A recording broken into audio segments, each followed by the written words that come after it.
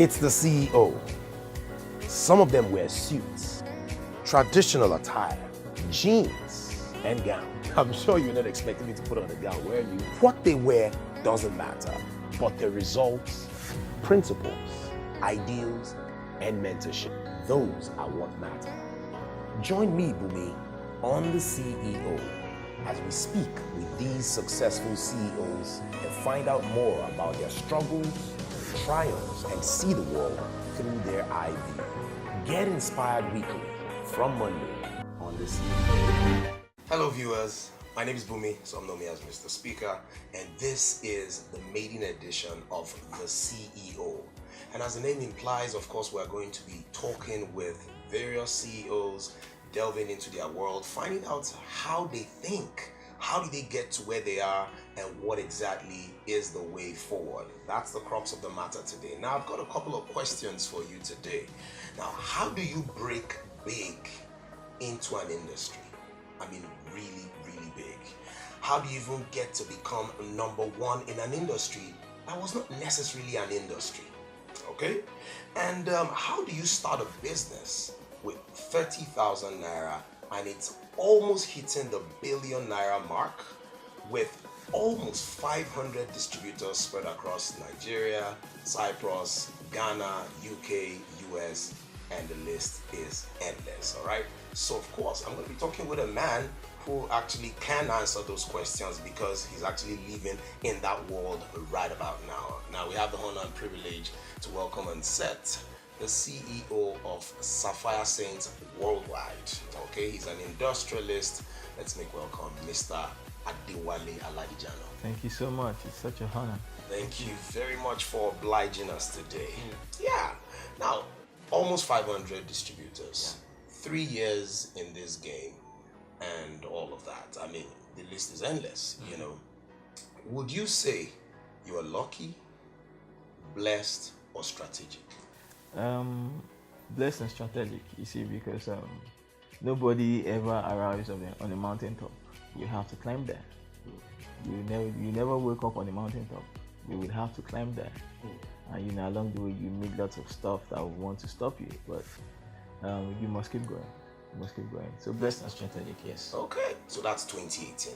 Now let's rewind it back to 2015. What state was your life before you birthed Sapphire SCENTS? I was an assistant in my office. Okay. A couple of things happened. You know, I was transferred to my office. Life happened, you know, and you see, when life happens or when you are pushed to the wall, you know, the strength that you don't even think that you have begins to emerge. You know, it's just like a lion is chasing you. He's chased you. Then you're back at the wall.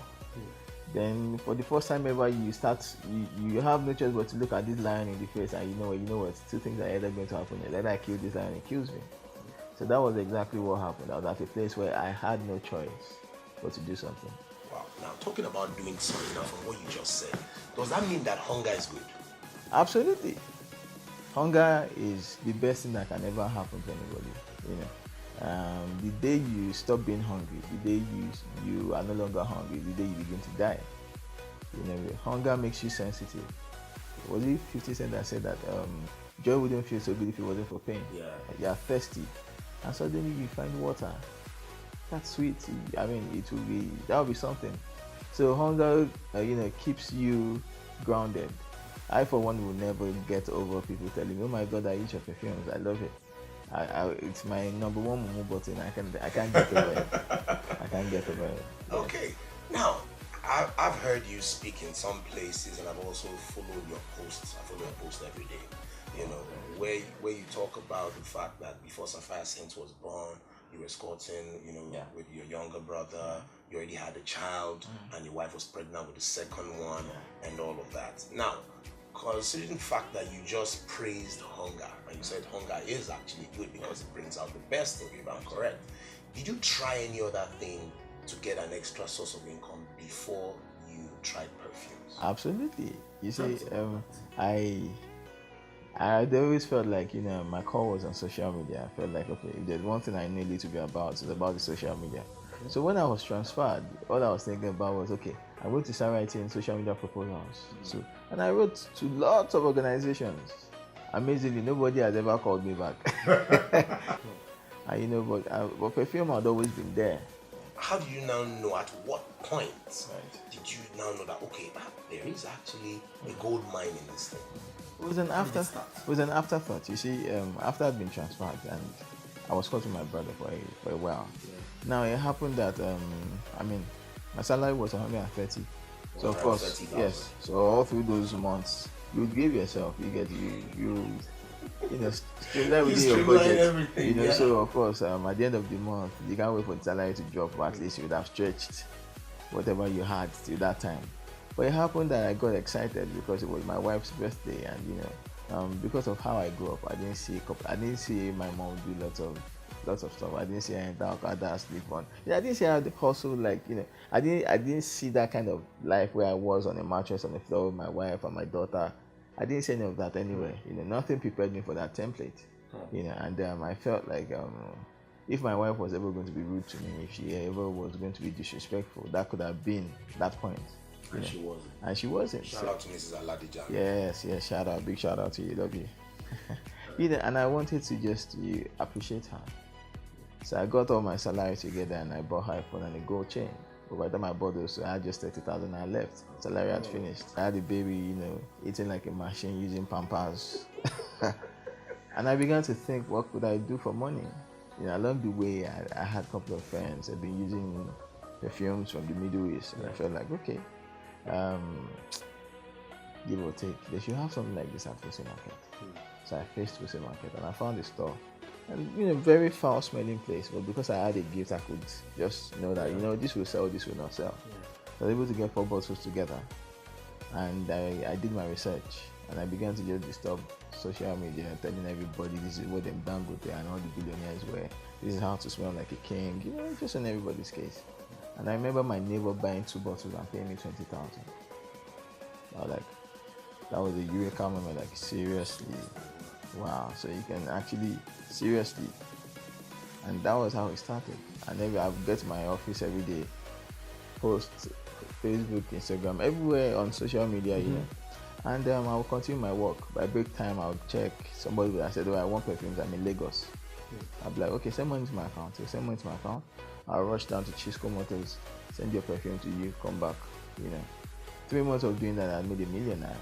After making that $1 million, I opened an online store, Konga.com, and then I made my first sale. And then I went to see my pastor and I said to him, this is what is going on. I came to say, this is what is going on with you and all of that. Yeah. And he said, come and see me. And I went to him and I said, you know what, there's something with the Bishop perfume. Then I was selling like 2 bottles. If you don't buy A, you buy B. So I'm like, how can I sell 2 types of perfume that you're selling every day?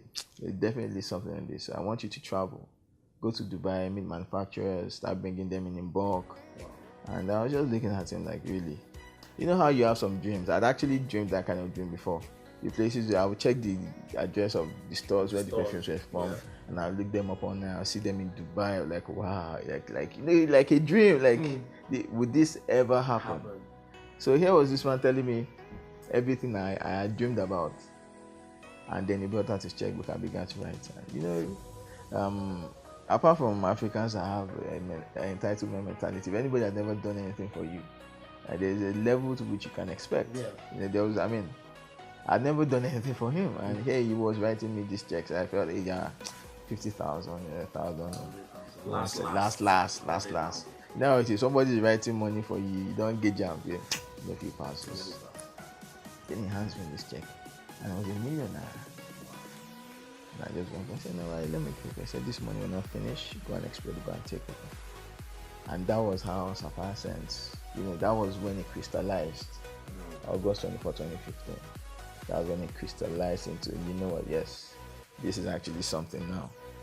And along the way, because of how I started and because of where I was, I realized that there could be lots of people, students, working class people, married men, single mothers, all sorts of people looking to make extra income. Just like I was looking for extra income. So I figured that, okay, you could register with me, as a distributor. So say for instance, I'm getting the perfume for 10K. If you register with me, I think we start with 20K. I'll give you this perfume for 7K, you make 3K. You know, so we started doing it like that. You know, and we kept going. We kept on growing. Kept on growing. Wow. He said his pastor gave him 1 million naira. Shout out to Wale's pastor.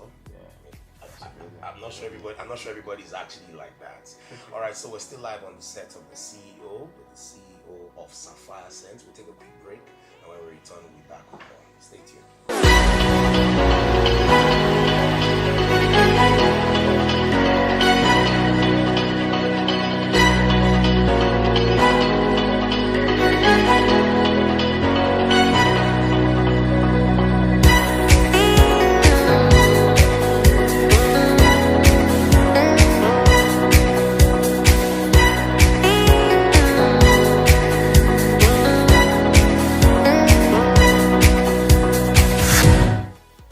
Here, it's the CEO, and it's still a meeting edition with the CEO of Sapphire SCENTS and the person of Mr. Wale Aladejana. You're welcome again. Thank you. And prior to now, he was telling us about the journey before Sapphire SCENTS was born and where it is right now. So now let's go, deeper. Now we're in 2018. What are some of the things? I mean, you've done 3 years in the business. By now, you have some CEOs say you have made your mistakes, understood what works to a reasonable extent, and all that. I mean, with the kind of success you've achieved. At the intro, in case you missed it, almost 500 distributors, Nigeria, US, UK, and what have you. So that means there are a couple of things that you do on a regular that guarantee success. Can you tell us about some of that? Okay, number one, stay grounded. Stay grounded. You see, what happens to most people is when success comes and it looks as if they are doing well, they forget the ethics that got them there. They stop doing those things that got them there. You know, just like a plane flying, then in the middle of the air, 37,000 feet, then you switch off your plane. Then you switch off the engine. You're definitely coming down. You know, you have to. I mean, the engine has to keep on grinding. You get. You must inculcate those habits and let them stay with you. You understand? You know. Number two, the things, like I said, the things that you've been doing before. Yeah, and don't relax. The Bible says a little slumber, not much, a little slumber. A little sleep, a little slumber, a little folding of the arms. Those little things that you just you know what, this is what my ethic says. At 3 o'clock I'm supposed to be doing this. But you say, you know what, today I'm not doing it, then I'll do it tomorrow, then you know what, it's okay to do once a week. You know, those are the things that get us in trouble. Those are the things that get us in trouble. You know. So the things we stop doing are the things that actually cost us in the long run. Now, how have you been able to cope with running a business in Nigeria? So how have you been able to cope with the huge overhead with what you do? You must be creative. You must be creative. There's always a way. If you look closely enough, you look well enough, and if you actually really want to do something, there will always be a way to do it. You have to be bold at all times.